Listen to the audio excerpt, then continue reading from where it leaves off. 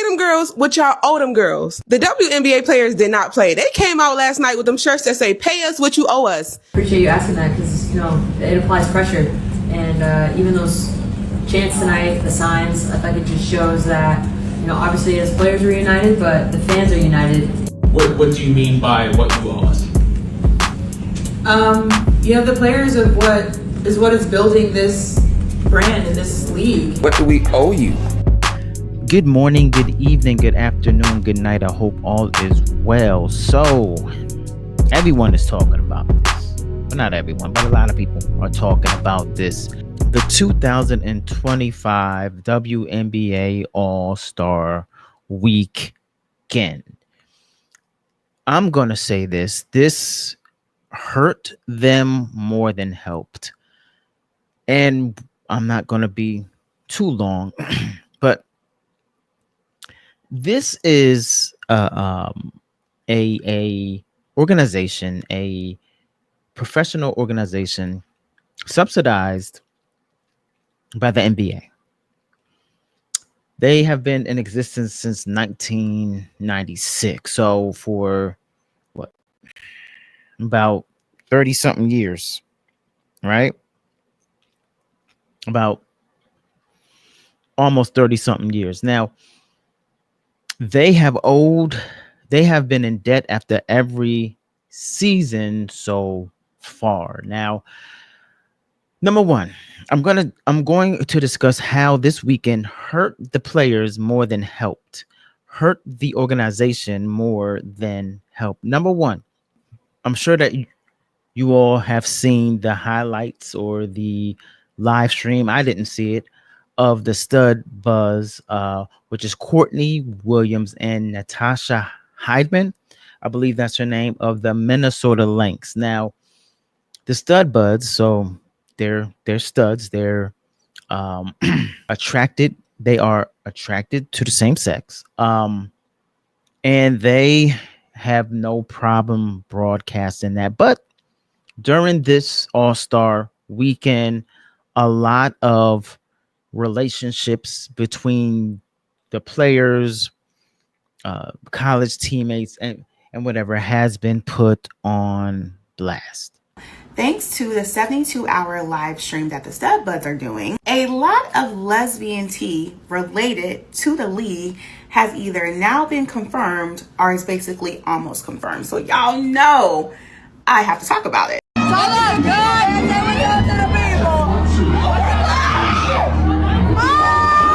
Paige Beckers finally publicly confirmed her relationship with girlfriend AZ Fudd. Okay, girlfriend reveal, it's AZ Fudd. Thank you, Paige. Did they show up to the All-Star orange carpet together and walked it together and were together the entire time?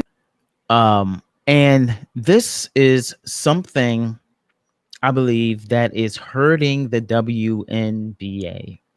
This is a league who broadcasts and promotes their relationships with other players more than the league, right? More than their merch, you know what I'm saying? Sneakers, jerseys, and things like that. But this is an organization that glorifies that. And I'm going to say, I don't know the percentage, but man, I'm going to say most of the players in this league are in a relationship with someone in the same sex. This is what is hurting them, because sports fans, when we care about sports, we care about sports. We don't care about the relationship that you're in with a player on your team. They don't care about that. But women, let me see. And I just think it's because men we like watching women participate in sports, right? And play.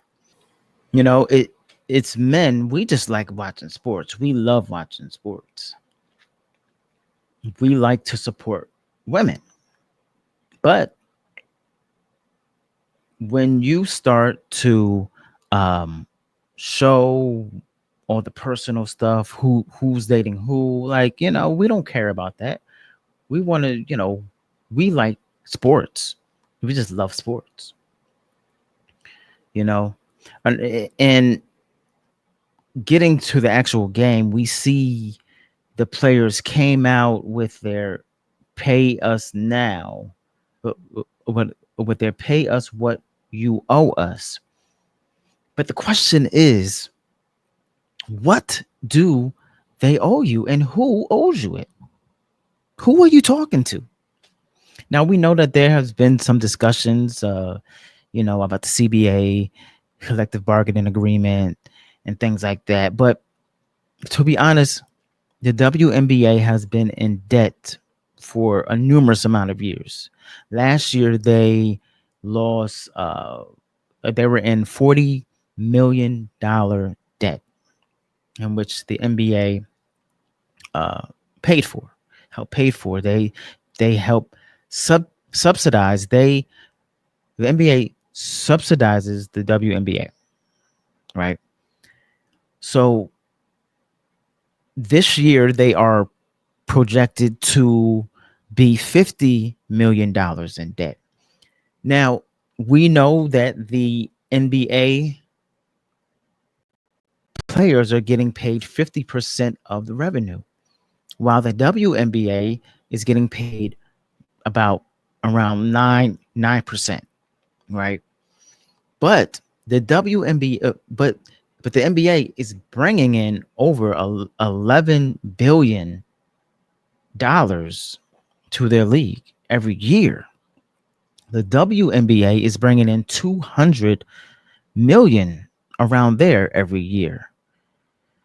So, and we know that for jerseys, paying the players and things like that, having guests come and perform during the All-Star game, jerseys and things like that, everything has to be paid for. So this is why they're in debt, because their games doesn't generate revenue, because people don't watch it as much as they watch the NBA. But when they say pay us what you owe us, they don't owe you anything. You owe them. You owe the NBA. And this weekend was not a good weekend. This WNBA weekend was not a good weekend for the players, because one, Caitlin Clark was out during her in which she was to host and play the WNBA All-Star Weekend, because it was in Indianapolis. It was in Indy, but she wasn't playing. And the crowd was happy to see her, on the sideline smiling, but they would rather have had her participate in the festivities, in the 3-point contest, in the game, actually. But it just wasn't it, and they invented a 4-point shot. They had a 4-point shot, but the thing about it is, it was a blowout. Everyone was joking around and playing around with no defense. It wasn't a competitive game, and too many people were shooting 4-point shots. I believe Team Clark was down by 30 something at one point, and they were just shooting 4-point shots and missing. It was not a fun game. There was no defense. Skylar Diggins had a triple-double, which is good, but there was no defense. Everyone was just chilling. It wasn't a competitive game. And the WNBA cannot afford to not have a competitive game. I mean, yes, like the players had fun, but did the fans have fun, right? Did they enjoy the festivities that took place on the court during the WNBA All-Star Weekend? And I don't think so. Not without their star player. Last year, I know they had Team USA against against the WNBA, and they had a point to prove, but it was a little bit more competitive last year. Now, this is what was needed. They don't have, if they don't make enough money to have a game, a willy-nilly game, and just have fun and play around and not have defense and not have a competitive game. No. And even Rebecca Lobo said that the 4-point shot, it was not a good idea. She didn't like it. But my thing is, this shirt, this t-shirt, pay us what you owe us. It shows that they don't really know, the players really don't know how the business works, right? How the business works. Why would the WNBA owners and in the league pay the players 50% of the revenue? They are in debt, and you have owners and owners of teams in debt, trying to make some money for the WNBA. No, that won't work. But they wanted to make a statement, but they didn't do their homework. It seems like they didn't do their homework. They are not going to make as much as the NBA. They are just not going to do that because there's more viewership, there's more money that goes into the players. The tickets cost more to go to the games. This just was not a good game.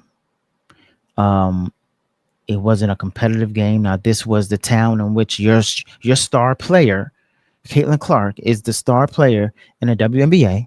Not the best, but she is the most popular player. She is the star player that is going to bring in viewership and bring in that revenue. What these young ladies have to understand is that you need to represent in that town. You need to represent. So the price of the All-Star game to get in dropped 48% from $121 to just $64 after news broke that Caitlin Clark won't be playing. That's a lot. That's a lot. But look, no one owes you anything. You owe yourselves to promote more things than just relationships within the league. If you do that, it might be a little better, Let's go to Proverbs 14:23. It says, work brings profit, but mere talk leads to poverty. We know that the women want to be paid more. And I don't blame them. But they have to put the work in. They have to sit down and find ways in which they can increase viewership. This is a product that people aren't buying. Women's professional basketball. And it's sad to say because I like watching it. But there's a lot of people who don't watch it. They just don't.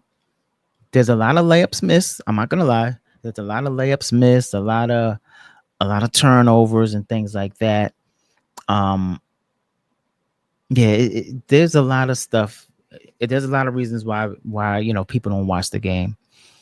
But they have to sit down and find ways in which they can increase the profit. Let me know your thoughts. How do you feel? Do you think the players were right for wearing the shirt? God bless you all. Be safe.